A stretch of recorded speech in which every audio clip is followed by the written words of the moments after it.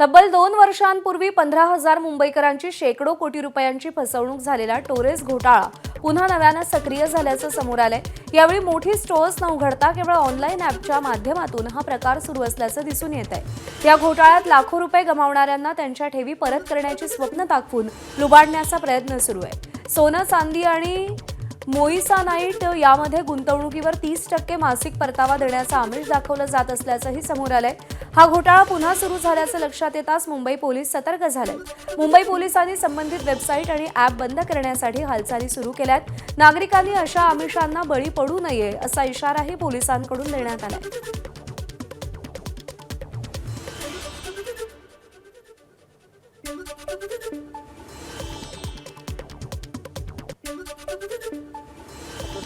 अर्चना गायकवाड म्हणून आहेत, त्यांनी देखील या टोरेसमध्ये गुंतवणूक केलेली होती। त्यांना देखील लाखोंचा फटका बसलेला आणि त्यांना अशा प्रकारचे मेसेज येतात। पहिला जो मेसेज होता तो होता टॉरेस मॅनेजमेंटकडून की आम्ही जे अटकलेले जे बोनसेस आहेत ते आम्ही रिलीज करतोय आणि त्यासाठी ते आम्हाला सांगत होते की म्हणजे मेसेजमध्ये मेन्शन केलं आणि त्यांच्या टॉरेस.club वरती जाऊन तिथे कळतं की जे आपले अडकले जे बोनसेस होते गेल्या वर्षापासूनचे ते जर पाहिजे असतील तर तुम्ही आधी बिटकॉइन, एथर अशा क्रिप्टोमध्ये इन्व्हेस्ट करून त्याचा वापर करून तुम्ही आमच्याकडून कमीत कमी 4,000ची खरेदी करा व्हर्च्युअली। ते पण त्यांच्या आता काही स्टोर्स नाही आहेत आणि अशी खरेदी केल्यावरती मग ते जे बोनसेस आहेत ते रिलीज करतील असं त्यांनी सांगितलेलं।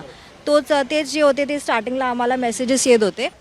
नंबर त्यांच्याकडे कसा गेला, तुम्ही लॉग इन देखील केलेलं आहे, तर ते सगळे त्यांच्याकडे माहिती कशी काय पोहोचलेली आहे? कारण ऑफकोर्स मी पहिला खरेदी केली आहे, जसे खूप साऱ्या लोकांनी खरेदी केली तसंच मी पण खरेदी केलेलं आणि त्याच्या व्यतिरिक्त अशी गोष्ट होती की मी एक त्यांची एम्प्लॉईसुद्धा होती। मी सानपाडा स्टोअरवरती एम्प्लॉईड होती आणि एम्प्लॉई होती म्हणून अशातला कुठलाच भाग नाही की आम्हाला काहीच माहीत म्हणजे आम्हाला सगळं काय माहीत होतं। आम्ही सुद्धा एका नॉर्मल कस्टमरच्या हिशोबानेच सगळी खरेदी केलेली आणि एम्प्लॉई असूनसुद्धा आमची ती फसवणूक झालीच आहे। तुम्ही हे बघू शकता, हे त्यांचं टॉरेस.club हे ॲप्लिकेशन आहे आणि हे आधीसारखंच आहे की गोल्डवरती 2%, सिल्वरवरती 4%, मोझोनाईटवरती 6+% असे ते आधीपासूनच त्यांची स्कीम आहे आणि ती आत्तासुद्धा ती लोक त्यांच्या वेबसाईटवरती असंच दाखवतात। गेल्याला तरी तुम्ही कितीची इन्व्हेस्टमेंट केली, कितीचा फटका बसला, तुम्ही तुमचे परिजन असतील त्यांना सगळं म्हणजे आमचं ओव्हरऑल जर फॅमिलीमधूनच जर बघायला गेलात तर कमीत कमी 5 लाख तर गेलेतच आहेत। व्हिडिओ जर्नलिस्ट प्रशांत मानेसह सचिन गाड, ABP माझा, मुंबई। गोसंवर्धन गोरज भंडार ही वर्ध्यातील दूध संकलन आणि दूध वितरण करणारी एक सहकारी तत्वावरची गांधीवादी संस्था आहे। अन्न व औषध प्रशासनानं असुरक्षित वातावरणात दुग्धजन्य पदार्थाचं उत्पादन होत असल्याचा ठपका ठेवत या संस्थेच्या उत्पादन आणि विक्रीला पुढच्या आदेशापर्यंत सील केलंय। कारवाईमध्ये 25 लाखांचा उत्पादन साठा देखील जप्त केलाय। 100 वर्षापासून सेवेत असणाऱ्या गोरज भंडाराच्या या कारवाईनं गोपालक, दूध वितरक आणि कर्मचाऱ्यांवर मोठं संकट ओढावलंय, तर दुसरीकडे वर्धेकरांना घरोघरी पोहोचणाऱ्या चांगल्या दुधाला देखील मुकावं लागणार आहे। हे इतकी महाग आहे, जनावरांचा चारा आहे, कसं कुटुंब कसं जगवायचं, आमचे लेकरबाळ कसे जगवायचे, आम्ही का भीक मागायचे का? शासनाकडे एवढीच मागणी आहे का आमच्या दुधात दूध जे आहे हे नाशवंत वस्तू आहे। आम्हाला बरंच काही खर्च करून दूध काढावं लागते, तरी आमच्या दुधाचा विल्हेवाट लवकरात लवकर लावावा हेच सरकारला मागणी आहे। प्रशासनाने जी कार्यवाही केली त्याच्याबद्दल काही नाही, पण आमचं दूध घेतलं पाहिजे। एवढं दूध आम्ही काय करणार आहे? आता एवढ्या दुधाचं आम्ही करायचं काय? प्रशासनाला आमचा म्हणजे प्रश्न आहे, तर आम्ही एवढ्या दुधाचं करायचं काय बाबा? जे काही संस्था चालक असतात, संचालक असतात, त्यांना त्या सुधारणा करायला सांगितलं पाहिजे आणि त्याचा अवधी घेऊन पुढच्या वेळेच्या भेटीच्या दरम्यान ती तपासणी केली पाहिजे। पण असं प्रकारचं कुठल्याही प्रकारची कारवाई न करता तुम्ही सरळ सकाळी तिथे धाड टाकता।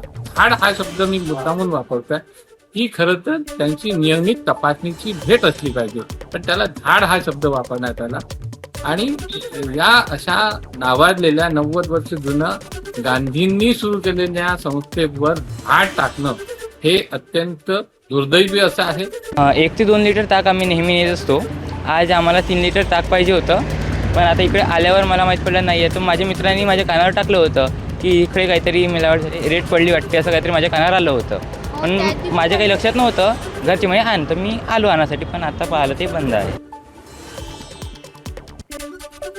वर्ध्याच्या गोरज भंडारवरील कारवाईनं दूध उत्पादक शेतकरी आणि गोपालक अडचणीत आले.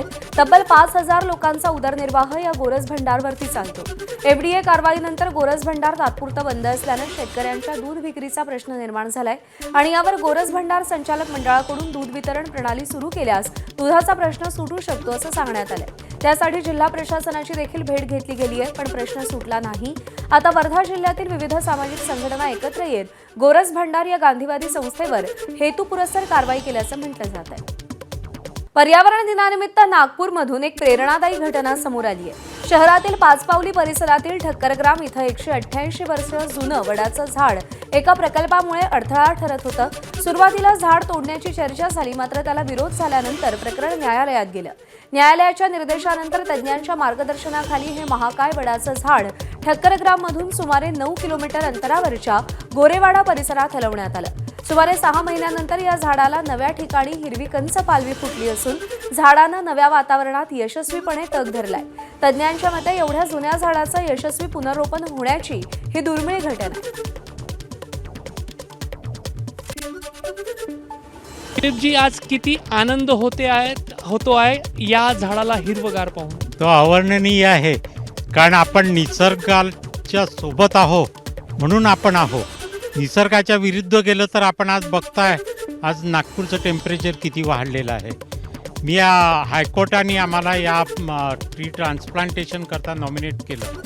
मी MSc बॉटनी केलं 1978मध्ये आणि गेल्या जवळजवळ 46 वर्षापासून या फील्डमध्ये काम करतो आहे.